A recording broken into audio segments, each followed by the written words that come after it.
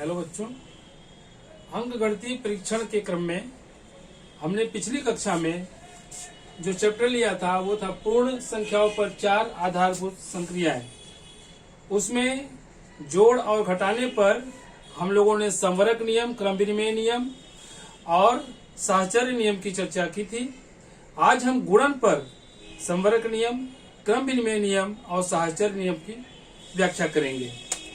तो बच्चों, जैसे योग पर या जोड़ पर हमने संवरक नियम की चर्चा की थी, तो उसमें यह था कि किन्हीं दो पूर्ण संख्याओं को जोड़ने पर उसका परिणाम भी एक पूर्ण संख्या होती है। इसी तरीके से यहाँ पर हम गुणन में देखेंगे कि दो पूर्ण संख्याओं का गुणा करने पर उसका परिणाम भी एक पूर्ण संख्या होनी चाहिए। तो देखिए, एक एग्जाम्पल लेते हैं। 3 गुणते 5। यहाँ 3 भी एक पूर्ण संख्या है, 5 भी एक पूर्ण संख्या है। इसको गुणा करने पर हमको मिलेगा 15, और हम जानते हैं कि 15 भी एक पूर्ण संख्या है। अतः हम ये कह सकते हैं कि गुणन पर यह संवरक नियम लागू होता है। अब दूसरा देखते हैं क्रम विनिमय नियम, यानी कि क्रम बदलने पर हमें कोई भी अंतर नहीं मिलेगा। एग्जाम्पल देके देखते हैं। 2 गुणते 5 बराबर होगा 10। इसी तरीके से अगर हम क्रम बदल दें, यानी कि 5 को 2 में गुणा कर दें, तभी 5 दूना 10 ही होगा। यानी कि क्रम विनिमय नियम भी फॉलो करता है गुणन को। अतः अब देखते हैं साहचर्य नियम। साहचर्य नियम में यह है कि अगर हम किन्हीं 3 संख्याओं को लें, जैसे 2 गुणते 3 गुणते 5, और इसमें शुरू की 2 अंकों को हम ब्रैकेट में कर लें, तो देखिए इसका परिणाम क्या होता है।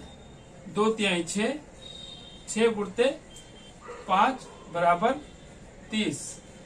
अब यदि हम इस ब्रैकेट को आखिरी 2 नंबरों पे लगा दें, जैसे 2 गुणते 3 गुणते 5, तो देखते हैं परिणाम क्या होता है।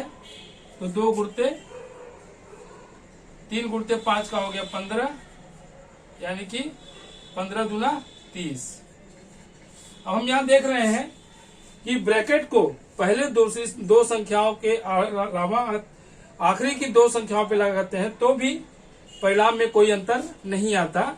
इसका मतलब कि साहचर्य नियम गुणन पर भी लागू है। तो हमने देखा कि गुणन पर और योग पर ये तीनों नियम लागू होते हैं। अब बच्चों, हम चलते हैं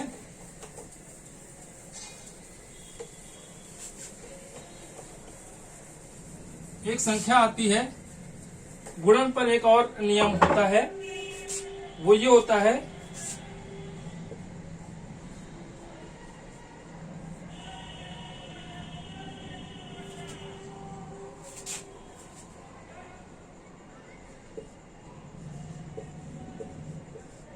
वितरण नियम।